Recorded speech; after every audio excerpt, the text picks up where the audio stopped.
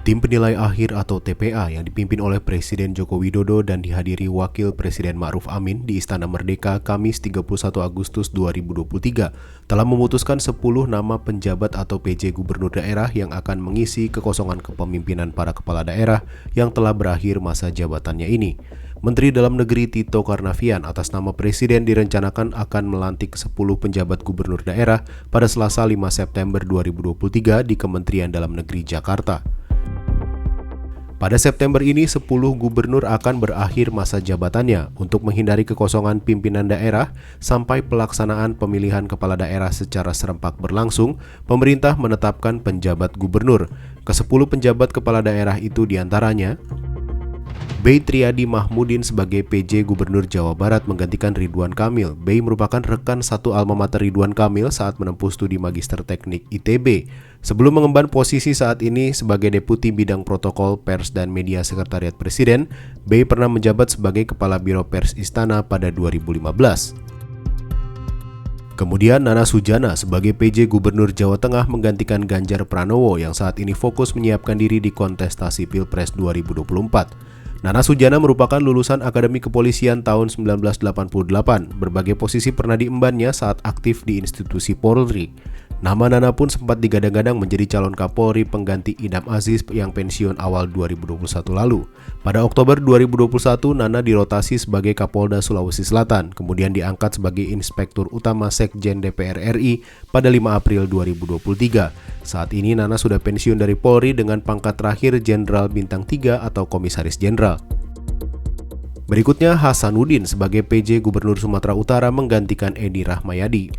Majen TNI Purnawirawan Hasanuddin merupakan lulusan Akademi Militer tahun 1989 yang terakhir menjabat sebagai Wakil Inspektur Jenderal TNI Angkatan Darat. Sebelumnya Hasanuddin juga pernah menjabat sebagai Panglima Komando Daerah Militer 1 Bukit Barisan.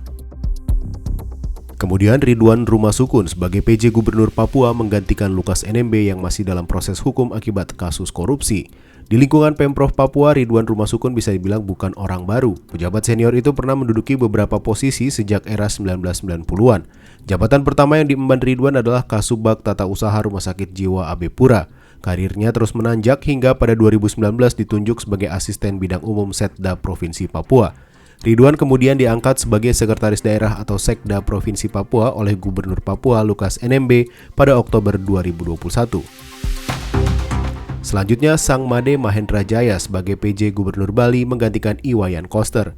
Irjen Sang Made Mahendra Jaya merupakan perwira lulusan Akademi Kepolisian pada 1989 dan memiliki sejumlah pengalaman di bidang reserse serta pernah ditugaskan di beberapa wilayah Indonesia. Saat ini Sang Made merupakan staf khusus Menteri Dalam Negeri bidang keamanan dan hukum.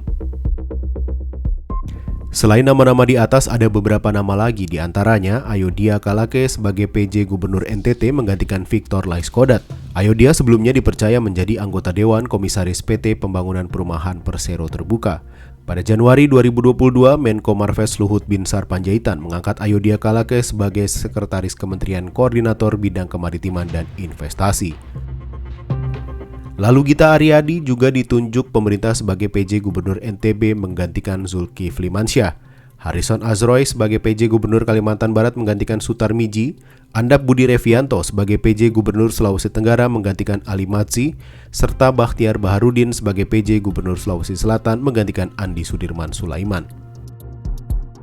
Selain itu, pemerintah juga perlu menyiapkan beberapa nama pejabat gubernur lainnya untuk menggantikan tugas gubernur yang akan habis masa jabatannya pada Oktober 2023, yakni Gubernur Sumatera Selatan Herman Deru dan Gubernur Kalimantan Timur Isran Nur.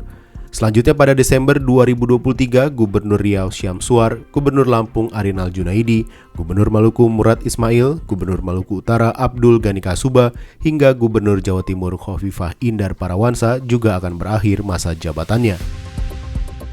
Tenaga ahli utama kantor staf Presiden Ali Ngabalin pada Jumat kemarin menyebut para penjabat gubernur itu diharapkan betul-betul bisa bekerja dalam waktu yang ada, serta bisa menyiapkan tahapan pemilu serentak dengan baik di setiap provinsi.